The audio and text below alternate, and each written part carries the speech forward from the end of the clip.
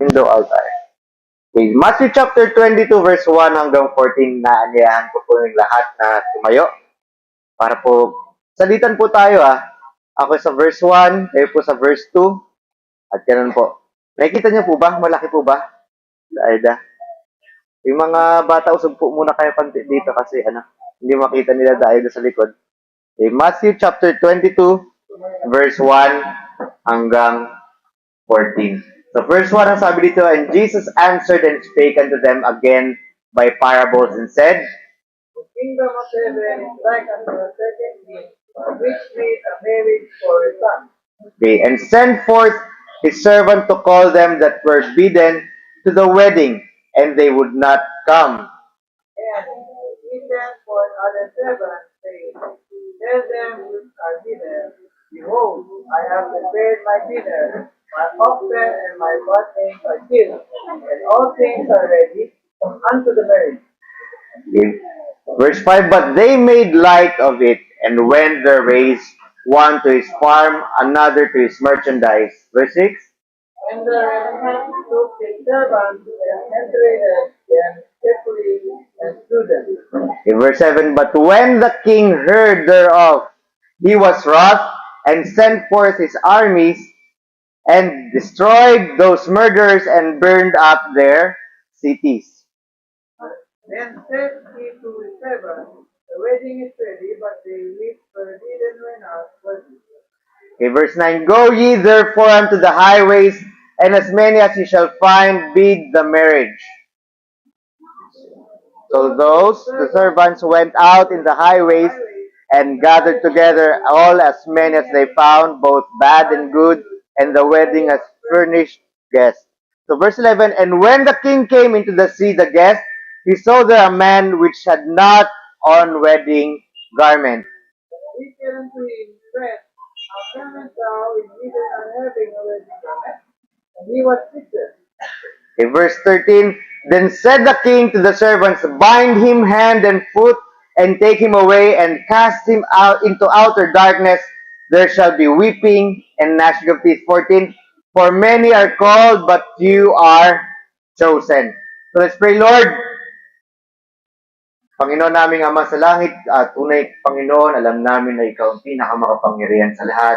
Naway Panginoon, itong oras na ito, ay bigyan niyo po ang aming isipan, ang aming katawan na nakatuon lamang sa pakikinig ng inyong mensahe, sa pag-iintindi po ng inyong mensahe, at may sa puso po ito para maisagawa po sa aming buhay.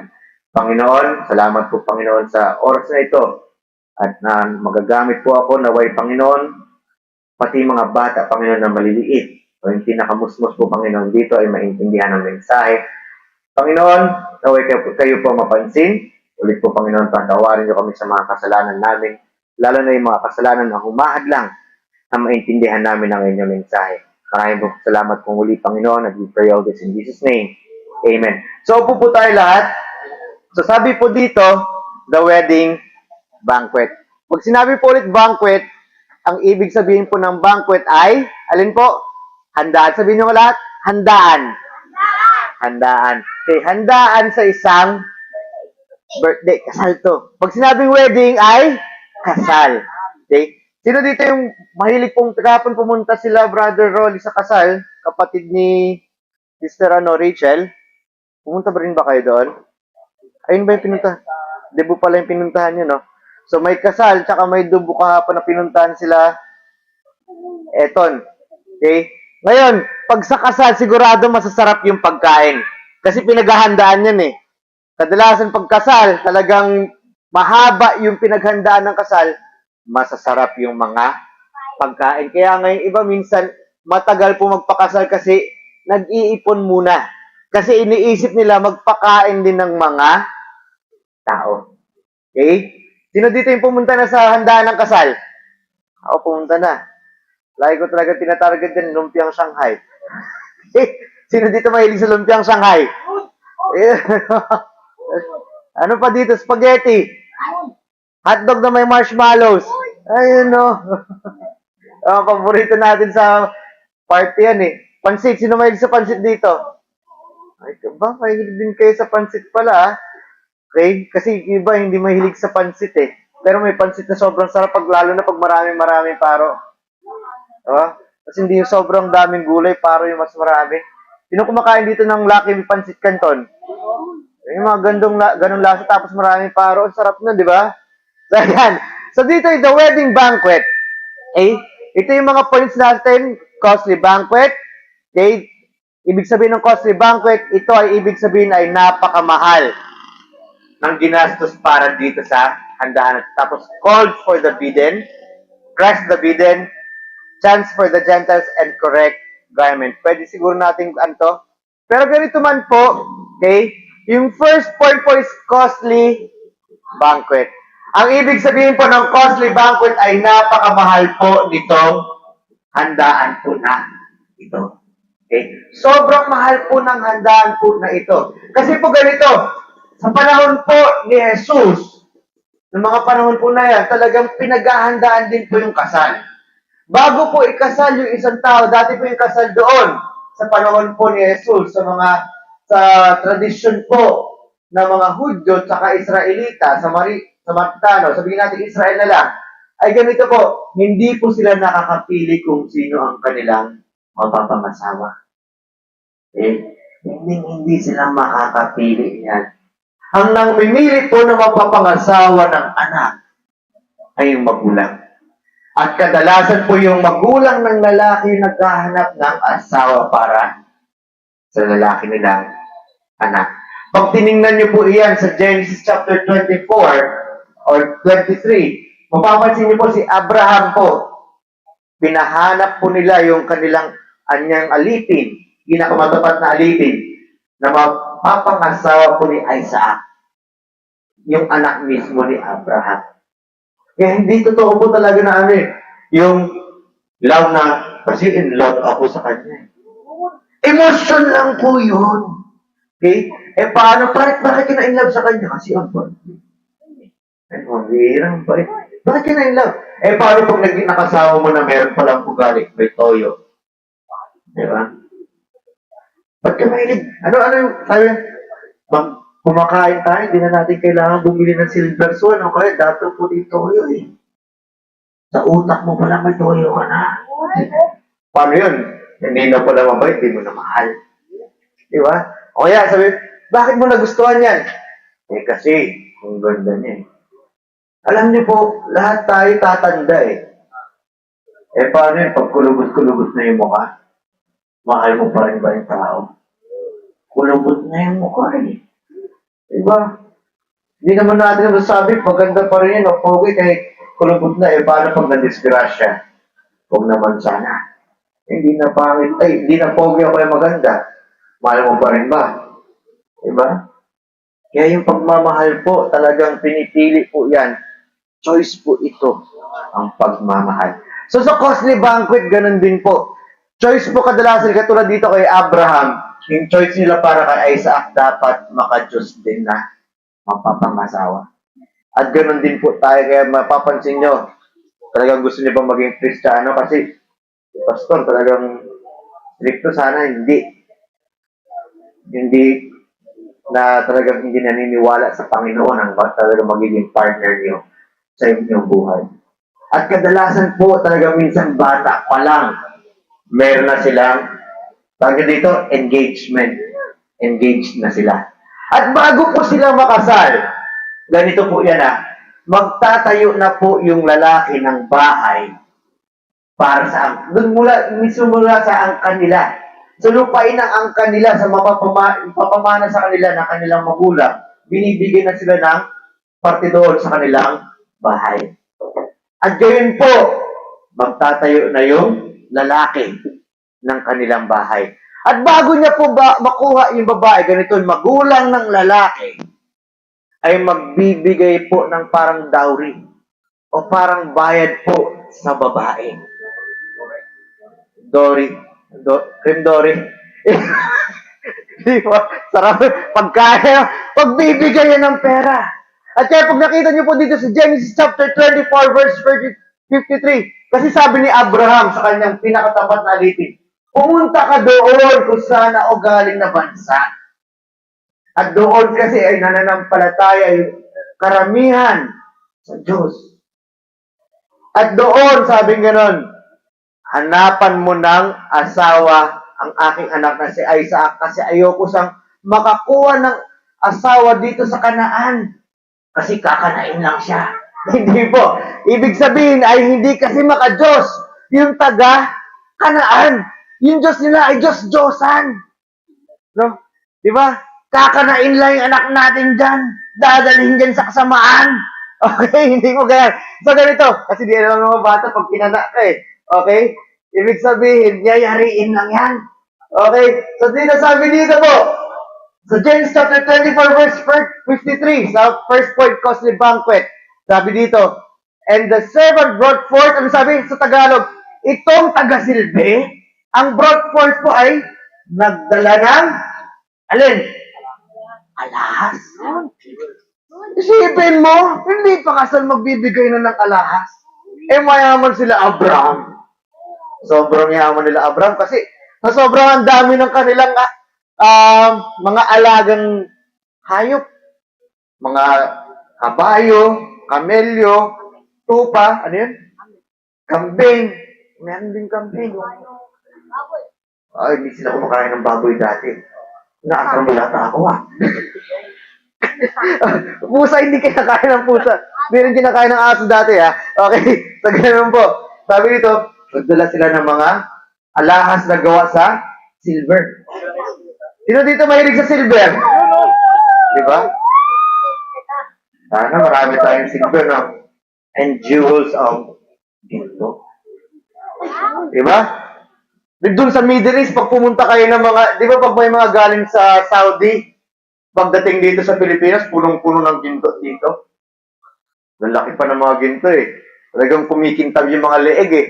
Yung mga OFW na galing mga kalalakihan kadalasan yan eh. Kasi ganun po. Ibig sabihin po, maraming-marami ang mahal po dito. At sabi dito, nagdala ng raiment. Ang raiment po ay damit. Mga damit po dati sobrang mahal din. Kasi hindi katulad ngayon, may mga faktorya na ng damit eh. May damit na tig-100. Pag pumunta ka nga dyan sa ukay-ukay, eto, medyo masama yung loob. Sabi niya, Store, tinapon nga ni yung mga damit ko, sinunog agad eh. Bakit magkano ba bili mo doon? 50, 20. Ukay-ukay. Pero naka-jackpot kasi siya ng mga talagang mamahaling damit pero naibenta lamang sa ukay-ukay.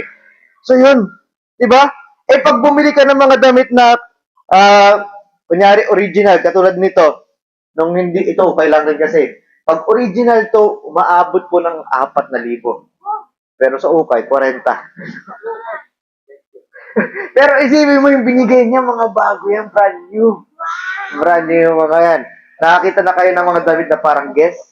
Medyo mura pa yun yun. Mga 2,000 lang yun eh. Pero yung iba talaga, umaabot ng 100,000. Ganun po yung binigay. Para lamang po sa babae. Okay? At ginawa doon, sabi dito, and he gave also her brother, yung makapapangasawa ni Isaac, binigyan din po ng alipin ng mga alin, mga mamahaling bagay. Precious things, mga mamahaling bagay. So, isipin mo na lang, pag ikaw ang lalaki sa panahon noon, dito nila Abraham hanggang kila Jesus. Pag ikaw po ay may anak na lalaki at hahanapan mo ng asawa at wala kayong masyadong pera, mamumulubi talaga kayo. Ganun at ganun po yun. Diba? Ikaw, mga pag-asawa na ba? Ang haba, marami kang mauubos sa pera sa inyo. Diba? Ganun din naman sa Pilipinas, ano ba sa States, ang magulang ng babae yung naghahanda lahat. Okay. So yan, nagpatayo na ng bahay. Pag nagpatayo na ng bahay, kaya costly marriage po ito, pag nagpatayo na ng bahay ng lalaki, hindi alam ng babae kung kailan sa susunduin sa kanilang bahay. Surprise lagi yan. Surprise! Tara na. Kakasal na tayo. Kaya ganun po yun. Kaya may mapapansin nyo dito, may mga isang parabola, dapat laging handa yung babae kung kailan bubuksan yung pinto ng lalaki. Eh dito si Isaac ay parang prinsipe ito eh. Tatay niya si Abraham eh. Eh sino ba si Abraham? Ama ng pananampalataya natin. Okay? Kaya si Isaac po, yung unang-una niyang anak na lalaki, special na special po yan. So, ibig sabihin, ang mahal talaga. Kumbaga, kapag ikaw ang talaga nakita mo, wow! Para ka nagbukas ng treasure. Di ba? Sino ba yung manonood dito ng mga Pirates of the Caribbean? Di ba? Pag nakita niyo yung baul doon, punong-puno ng ginto, siguro ganun karami, mas marami pa yung mga pinagbibigay na gamit. Yung mga kababaihan, buti na lang dito sa Pilipinas, hindi babae yung naggumagastos para sa lalaki. Di ba? Kasi lalaki tayo eh. Kasi eton, sabi namin kay eton eh, kinukulit namin, eton, kailan magkakasal? Mag-iipon pa po ako eh. Ano yung ipon mo? Wala pa po. Labi na lang wala. Okay, naintindihan yan. Anyways, ayun po. Pag sinundo na yung babae, darating yun. Alam niyo ba yung seremonya ng kasal sa mga Hudyo, sa mga Israelita? Halos 2 linggo. Yung unang linggo ay bisperas pa lamang. Grabe, no? So sa bisperas, isipin mo kung araw-araw silang kumakatay ng mga tupa, baka, kabayo, di ba?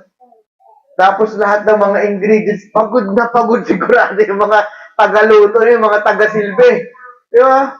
Umaga gabi, nagluluto, naghuhugas ng pinggan. Ganon kagastos po doon.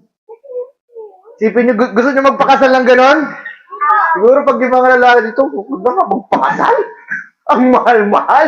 Pero ganun po, lalo na dito, sabi dito sa atin, sa ating kasulatan na binabasa ngayon, sa verse 22, meron isang kaharian sa langit. Ang kaharian sa langit ay katulad sa isang hari na meron isang ikakasal na anak na lalaki at nagpadala ng mga taga-silbi. Okay? Taga-silbi, pag tinignan po natin yung verse 4, Matthew chapter 24, verse 4, and he sent another 4 servants saying, tell them which are bidden. Sabihin mo sa mga inimbita ko, gayon pa man, gayon pa man, sabi dito, I have prepared my dinner. Ako po ay naghanda na ng pagkain. Sabi yun, ang aking mga baka, sino dito mahilig sa beef? Hindi corned beef ba? Baka talaga yan. At ang aking mga pinatabang mga kahayupan ay aking kinatay na. At lahat ng mga bagay ay handa na. Pumunta na kayo dito sa kasalan. Kasalan na to, kainan na to. Sino dito hindi mahilig sa libreng handa? Ayaw mo ng libreng handa? Pag wala kang handa ngayon, magpaluto pa man din yung church ng biko. Wala kang biko ha.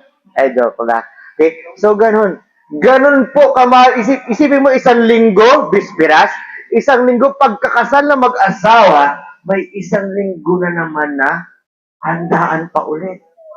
So, kalahating buwan, puro handaan. Si Jacob, wow! Si dalawa Jacob, lalo to. Ito, matakot. Di lang halata, kaya tumatangkad ka agad eh. Kaya nga minsan na-empatcho eh. Empatcho ko pa ulit. Di ba? Kaya ayun, ganun po kamahal ang pagpapakasal. Kaya isipin nyo na lang, lalo na paghari yung naghanda, gaano kasarap yung mga pagkain na ito. Sobrang sarap. Nakakain na ba kayo? Saan yung paborito mong kinakainin na restaurant, Jollibee? Ano pa? McDo? KFC? Ikaw? Ha? Jollibee? Eh, mas masarap sa Jollibee. Nakatikim na kayo ng Burger King? Yung Burger King, pag kinaya mo yung burger patty nila, purong-purong karne yun ng baka. Na dinikit lang, nilagyan lang ng isang siguro itlog para magdikit-dikit yung tapos pinirito. Nilagyan ng konting asukal tuloy. Konting asin, tsaka paminta. Tapos inihaw. Tapos nilagay doon sa burger patty. Tapos yung tinapay nila, sobrang sarap. Okay? So, ganun po yung burger po ng Burger King. Sino dito mahilig sa French fries? Lahat, di ba? Lalo na pag masarap yung ketchup, di ba? May cheese pa. Oh, ano pa ang gusto nyo? Magsinaka. Yung mga masasarap na yun, kayang-kayang ipahanda ng hari. Pag kayo tumatanda na, gusto niyo na yung mga crispy pata, ano pa, lechong kawali. Little, grabe ko naman. Walang ganun. No? Lechong kawali. Ano pa ba? Ano yung pang masasarap na sabaw? Sigang? Ha? Lechong bawi? Sigang, no? So, yung mga bagay na yun, isipin nyo na lang ganun kamahal po yung kasal. Okay? Dito po, part, yung first part is a costly, ibig sabihin costly banquet. Mahal na mahal po yung paghahanda na yun. Kaya, blessed po yung babae kapag ikaw po yung napiling mapapangasawa ng anak ng hari. Kadalasan po sa mga hari doon sa Israel, mga pogi. Pogi. Pogi kayo lahat eh. Sinungaling si Pastor. Anyways, hindi, mga pogi naman kayo lahat eh. Anyways, sabi nga dito, called for the bidden. Ibig sabihin, tinawag niya yung mga kanyang inimbita. Pag bidden po, mga inimbita. So, sinabi po dito sa verse 3 ng Matthew chapter 22, sa verse 3 po ng Matthew chapter 22, tingnan niyo po yan, verse 3 ng chapter 22. Okay? Sa verse 3 po, ang sabi dito, send forth his servants and call them that were bidden to the wedding and they would not come. O sa Tagalog po, ang ginawa po ng Diyos, hello! Tinawag niya po yung mga kumbidado niya. Kaya pag kayo po ay kinumbida sa ganung handaan, gusto niyo pumunta? Meron sir, Kasaan? Ay, birthday kayo pupuntahan? Sarap naman, ba't hindi ako imbitado? Papapasana all kayo na, sana all, prince. Di ba? Papapasana all. Sabi dito, at pinadala niya yung mga kanyang mga alipin. Sabi niya sa alipin, tawagin mo yung mga aking inimbita. Kayo ba pupunta? Siyempre, pupunta ka. Pupunta ka. Ito sabi nito, pero ayaw nilang pumunta doon sa kasal. Hindi mo maintindihan bakit? Kasal yan ng anak ng hari, pero ayaw mong pumunta. Mabait yung hari, hindi naman siya yung salbahe. Sabi niya, punta ka ha. Ikaw pupunta ka? Sino ba to? Hindi si Kalbo yan. Dyan. May kulay green. Okay? Sabi nga gano'n, pupunta ka ba dyan? Pag inimbita ka doon? Siyempre, pupunta yan. Pero ayaw nilang pumunta. So, sabi ng hari, sige. Sabi, gayon pa man, sabi gano'n. Tawagin mo ulit yung mga inimbita ko, sabi gano'n. At ako, sabi niya, dito nga, sabihin mo sa kanila, kinatay ko na lahat ng mga aking mga baka, kinatay ko na yung mga matataba kong tupa, kambing, kabayo, sabi niya gano'n, kalabaw. Punta na kayo dito, ready na yung handaan. Ang sasarap ng pagkain, magagaling yung mga nagluto. Pero ano sinabi nila? Tingnan natin sa verse 5. Ngunit, sabi, they made light. Ibig sabihin dito, sinawalang bahala nila ito. Kayo ba isa sa walang bahala niyo masarap na handaan? Hindi, di ba? Isipin niyo magkano yung pagkain ngayon, isang ulam. Magkano? 40 pesos? 40 pesos? 60 na? Grabe naman dito. Bagay kasi masarap magluto yung mga kapangpangan eh. Siyempre, kapangpangan ako, kaya bias din ako. Okay? Yan nun. Diba? 60 pesos ang pagkain. Yung libre na. Sobra pa sa 60 pesos yung handaan. Sobrang sasarap na mga rekado. Sabi nga nun, diba? Pumunta sa kanilang bukid. Kung ako hindi na ako pupunta sa bukid ko, ha? Pupunta na kagad ako sa handaan ko. Bakit? Hindi na ako magugutom. 1 linggo yun eh. 2 linggo pala na puro kainan. Ayaw ko pa. Ang choosy mo naman. Di ba? Ang choosy mo naman, sabi dito. At yung isa naman pumunta sa kanyang negosyo. Yung merchandise mo ay negosyo. Pumunta sa kanyang negosyo. Sabi dito, at dito yung mga natira na hindi pumunta doon sa kanyang bukid saka sa kanyang negosyo, ay kinuha yung mga kanyang alipin. Kinuha yung servant, sabi nga at sila po ay ganito yung ginawa. Sila po ay masama. ang ginawa at pinagpapatay po yung mga alipin. Hindi mo maintindihan eh. Ang bait ng hari, ang sarap ng hinanda, ayaw nilang pumunta, at yung iba pa na inimbita at pinatay pa yung mga alipin. Well, sabi, iniisip ko to nung iniisip ko to nung 2 weeks ago pa, para may kuliling yung utak nila. Ano ba to? Libre na lahat, ang mahal lang ng mga pagkain, inimbita ka na, mga kawal. Diba? Pinatay pa nila yung kawal, doon, imbis na pinuntahan na lang nila, yung handaan. Kayo ba pupunta sa handaan o papatayin nyo? Magtatrabaho ba kayo sa Maranglen nyo? Pupunta na lang kayo sa handaan. Sige, magtrabaho ka na lang. Kaysa sa handaan. Pupunta ka na lang sa bukid? Talaga? Hindi ka na pupunta sa libre? Diba? Masarap pa nga mag-sharon dun eh. Balutin mo ako. Diba? Ano ba yung kanta na yan? Balutin mo, di ba? Magsasharon tayo niyan, sigurado. Baka magdala pa ako ng plastic na kasing laki ng plastic ng basurahan para lang mag-sharon. Eh. Diba? Dadalhin ko dun eh. Oy! Tapos na, gabi na. Magsasharon muna ako. Baka hindi mo na nga kailangan mag-sharon kasi kinabukasan pwede ka nang bumalik dun eh. Baka may hotel pa dun na, oh, dito na kayo matulog. Diba? Eh, may swimming pool pa at dagat. Oh, gusto niyo ng ganon? Ganon yung mga hari dati. Tapos sila, pupunta na lang kami sa bukid namin, magtatrabaho na lang kami. Parang, ano ba to? May katok siguro sa ulo yun. Diba? Sino dito yung gusto mo magtrabaho kaysa pumunta sa handaan? Sino gusto pumunta sa handaan na ganon? Kaysa sa magtrabaho? Kaya hindi natin maintindihan kung bakit ganon yung mga taong yun. So sabi nga dito, ni-reject nila yung imbitasyon, inayawan nila, inasar-asar pa nila yung mga tao, rinab out pa nila. Di ba naririnig niyo sa boxing, it's a rub out! Yung rub out pa na, nung tingnan ko sa dictionary, ibig sabihin, pinatay pa nila yung mga taga-silbi. Baliktad. Ganito po ang ginagawa ng mga tao na yun. Sabi, di mo maintindihan. So dito, nung tinawag, sabi ng ganito na lang ginawa ng Panginoon. Pag makikita nyo po dito sa verse 7 po, okay, sa verse 7, dahil nalaman po iyon ng hari, sabi ito, but when the king heard thereof, he was wroth. Ibig sabihin sa Tagalog, ngunit, nung narinig po ng hari ito, sila po, ang hari po ay nagalit. Bakit mo pa papatayin yung taga-silbi ko?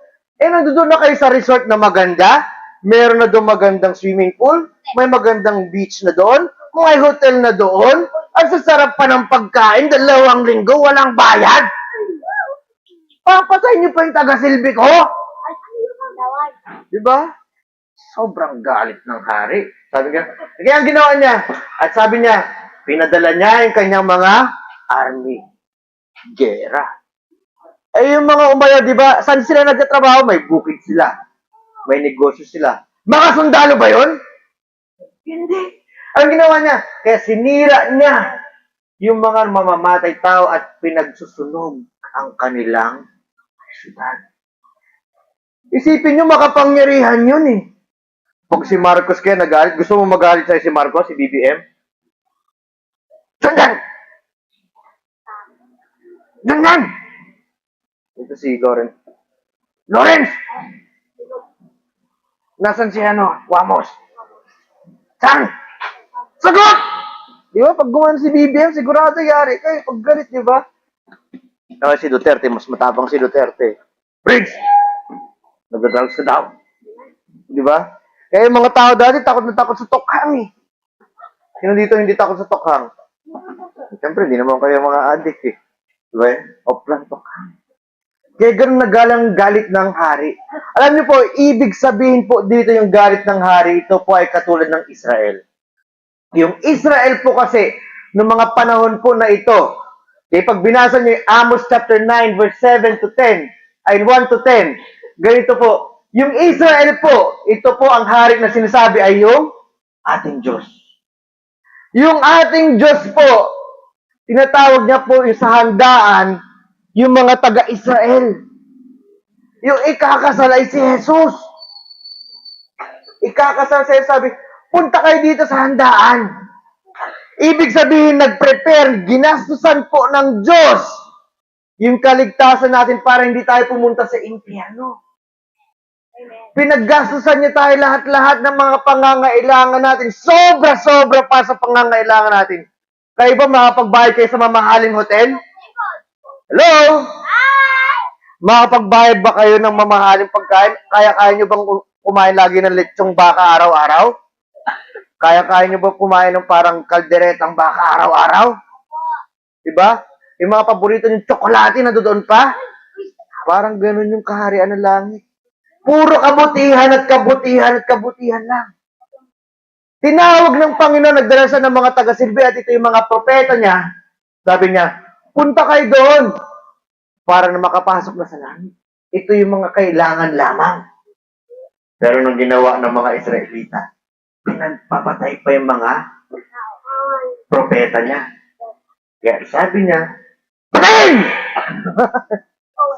Pinatay yung mga makakulit na Israelita. Sabi, sirain yung kanilang mga syudad. Kaya po gano'n na lang, pag mapapansin nyo po, sinira talaga yung Israel. Nung 70 AD o 0070, nasira po yung Israel. Wala pong bansang Israel noon. Bumalik na lang po yung Israel noong kailan? 1940. Halos 2,000 taon walang bansang Israel kasi ganun na lamang yung galit ng Panginoon sa ginawa ng Israel. Hindi imbes na pumunta doon sa handaan, pinatay pa yung propeta, pinatay pa yung kanyang anak. Kaya gayon na lang ang galit ng Panginoon sa mga Israelita noon. At ganito rin po, no? Sabi dito, sa 1 Thessalonians chapter 2, verse 15, verse 16, sino man ang pumatay sa Panginoong Jesus at sa kanyang mga propeta at talagang nag-api sa kanya, sila po ay hindi nagpapasaya sa ating Diyos. At sila po ay galit sa mga tao. Amen?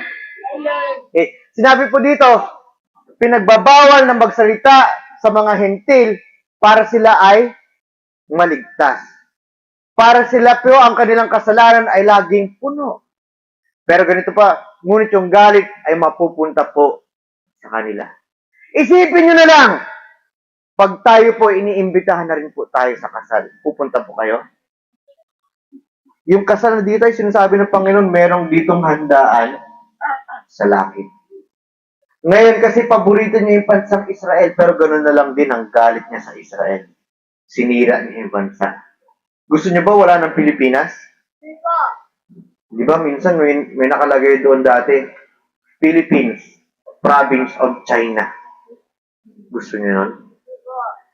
Yung mga inchik, maraming bawal sa inchik eh. Dinumero lahat ng galaw nila kasi komunist ng bansa.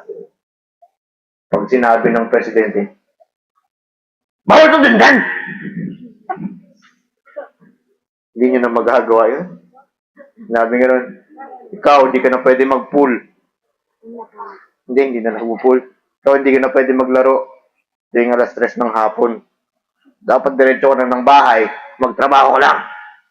Pag sinabi ng presidente nilang ganon, yun na lang gagawin. Bawal na lahat. Pero gayon pa man, makukulit sila. So dito po, kaya sinira po ng Panginoon yung Israel. Huwag nating antayin, pati tayo sirain yung ating bansa dahil sa tigas ng ulo ng mga Pilipino. Ganon din tayo, yung pag-imbita po sa Israel ay papunta po sa kaharian niya. Pero sobrang tigas po ng ulo ng mga Israelita. Yung Panginoon po hindi namimili sa lahi, pero pinaboran niya yung Israel dahil po kay Abraham, dahil kay Jacob, dahil kay David. At marami pang mga tao dahil kay Solomon.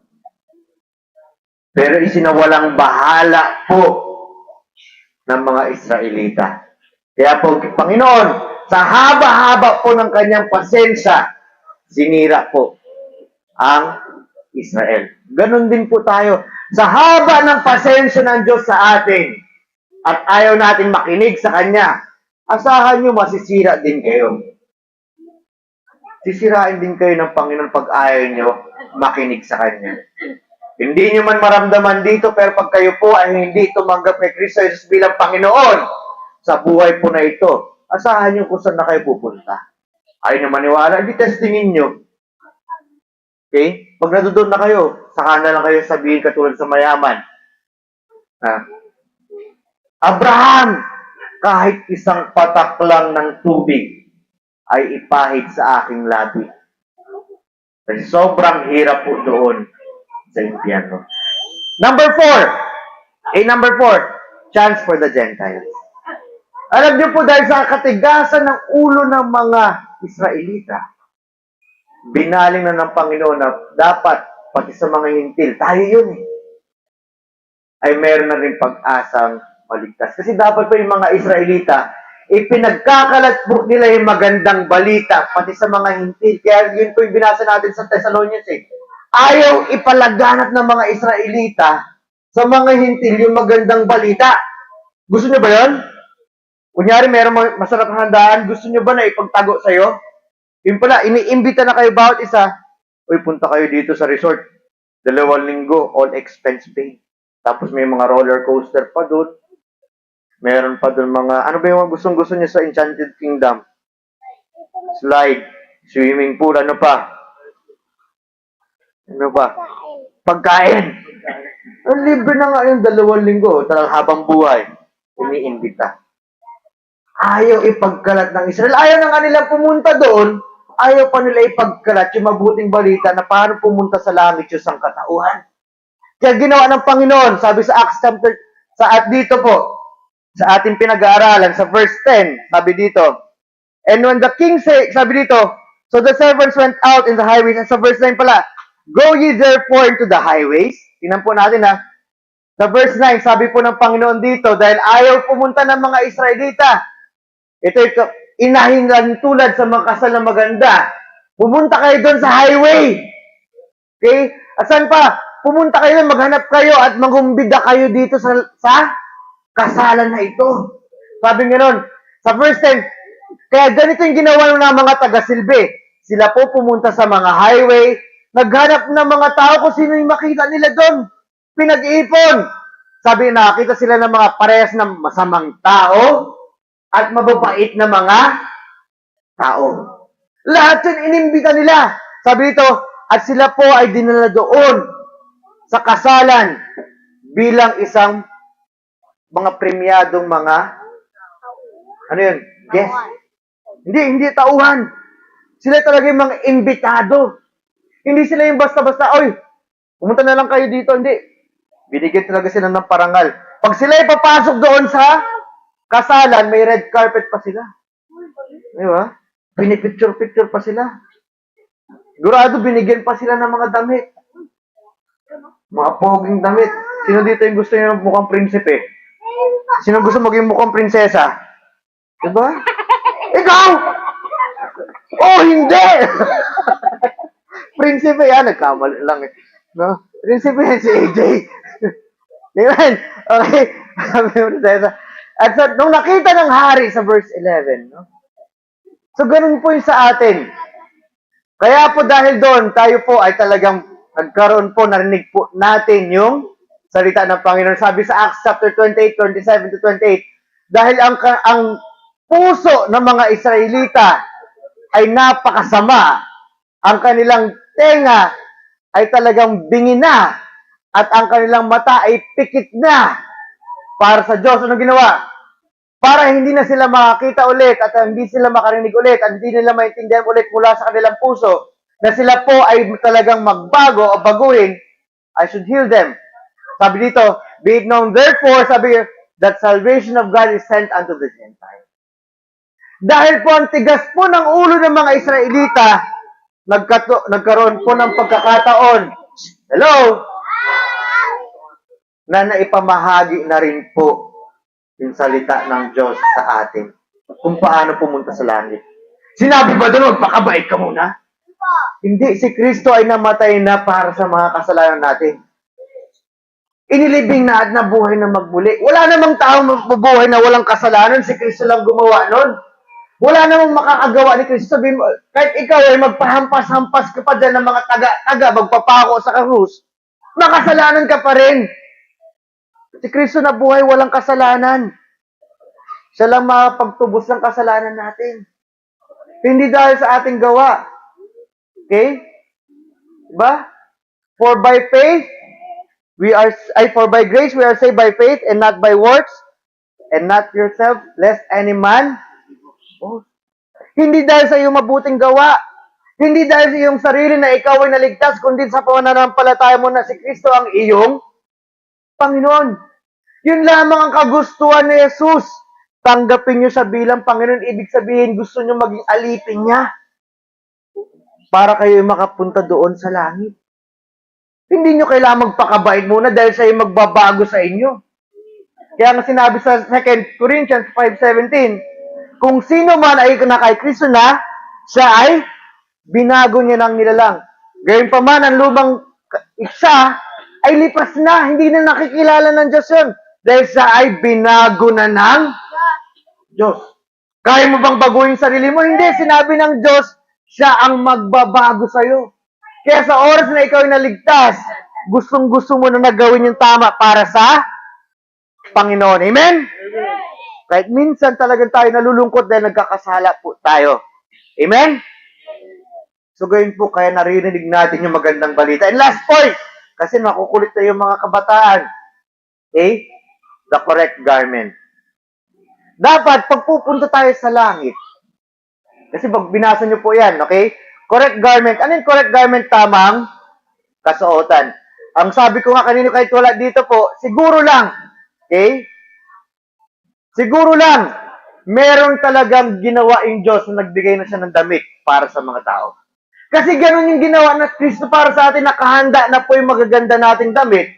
Kasi yung kasuotan nating damit ay mga madudumi. Yung damit natin ay punong-puno ng burak, kasalanan, hindi matatanggal. Pero sabi nga, ang Diyos ang magbabago sa atin.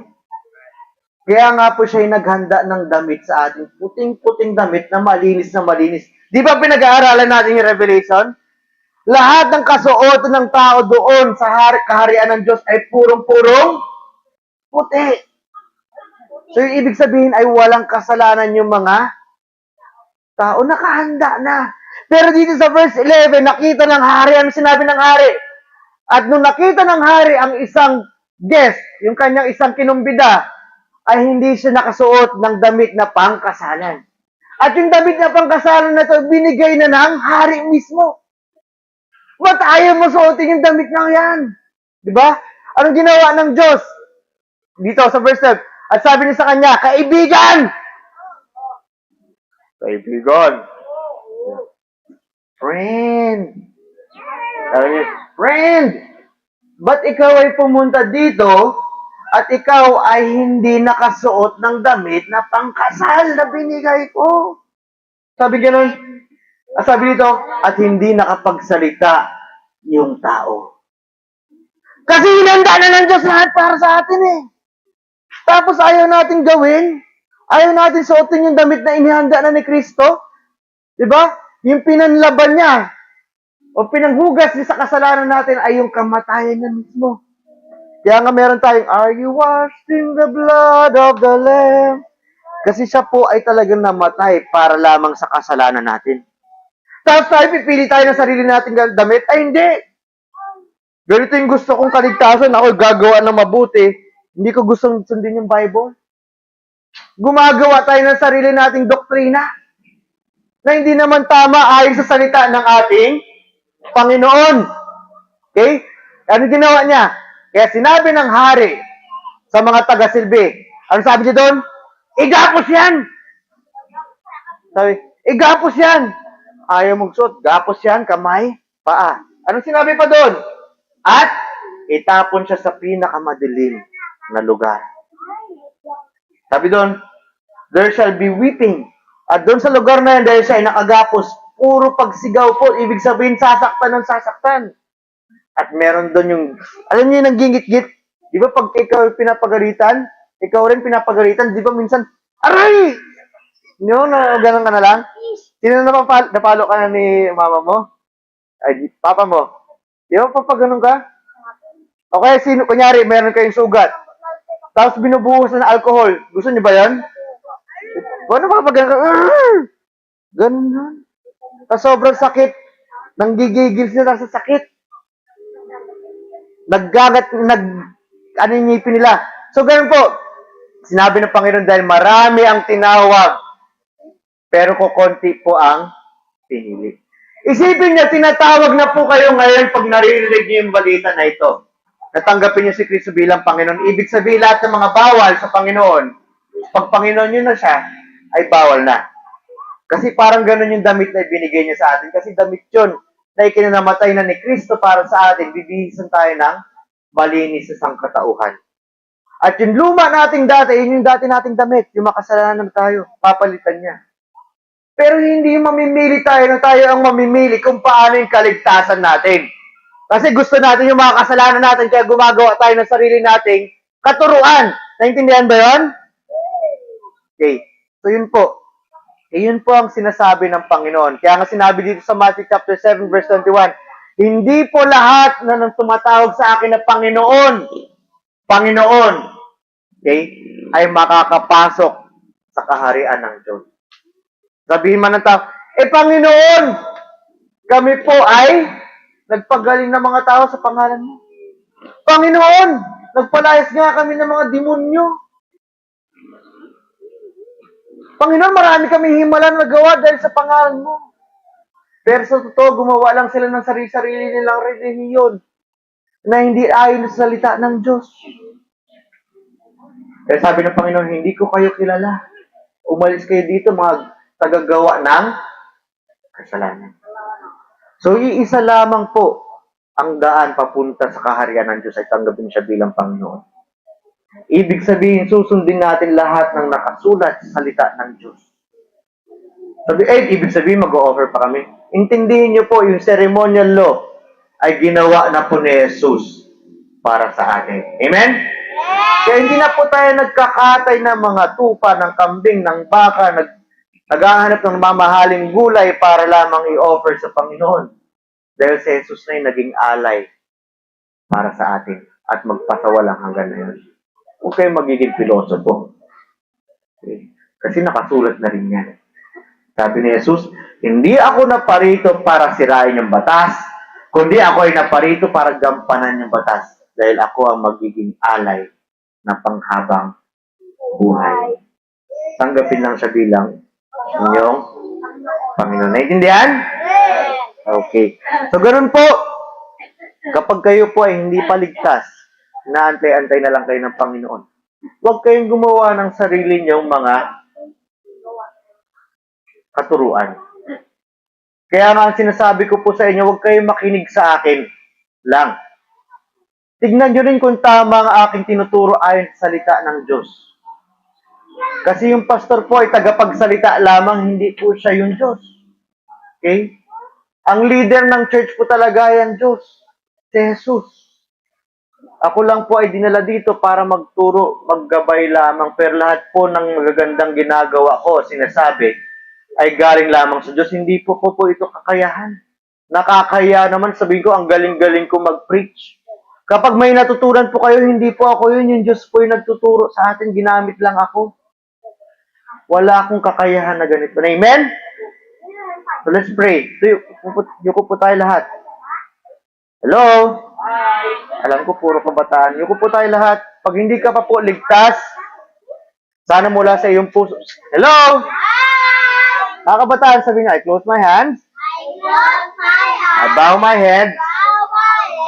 And ready to talk to God right now. Pikit mata. Close. Right now. Lord, kami po ay nandito. Sana po, Panginoon, sa mga hindi pa po ligtas, no? Sana ito talaga mula sa inyong puso. Lord, tanggapin niyo po sana ako bilang inyong alipin. At Panginoon, maraming salamat po na kayo po ay namatay para sa kasalanan namin, inilibing at nabuhay na magmuli. Naway po, Panginoon, tanggapin niyo po ako at patawarin niyo ako sa kasalanan ko. Ulit, hindi po ito magic prayer. Pwede kayong gumawa ng prayer nyo basta talagang tanggapin nyo si Kristo bilang Panginoon. Sincero nyo kausapin mula sa puso. At pag tinanggap nyo siya bilang Panginoon, ibig sabihin susundin nyo siya ng buong pagmamahal. Sa ating mga mananampalataya, Lord, we pray, Panginoon, na talagang kami susunod sa inyo ng buong puso. Naway po, Panginoon, kontrolin niyo kami, nagawin namin ang tama para sa inyo. At Lord, naway talagang pagsisihan namin lagi lahat ng mga mali namin. Maraming salamat, Panginoon, sa mensahe na ito. Naway po kayo mapansin, hindi po ako. And we pray all this, Lord, in Jesus' name. Amen. So tayo po ay magbibigayan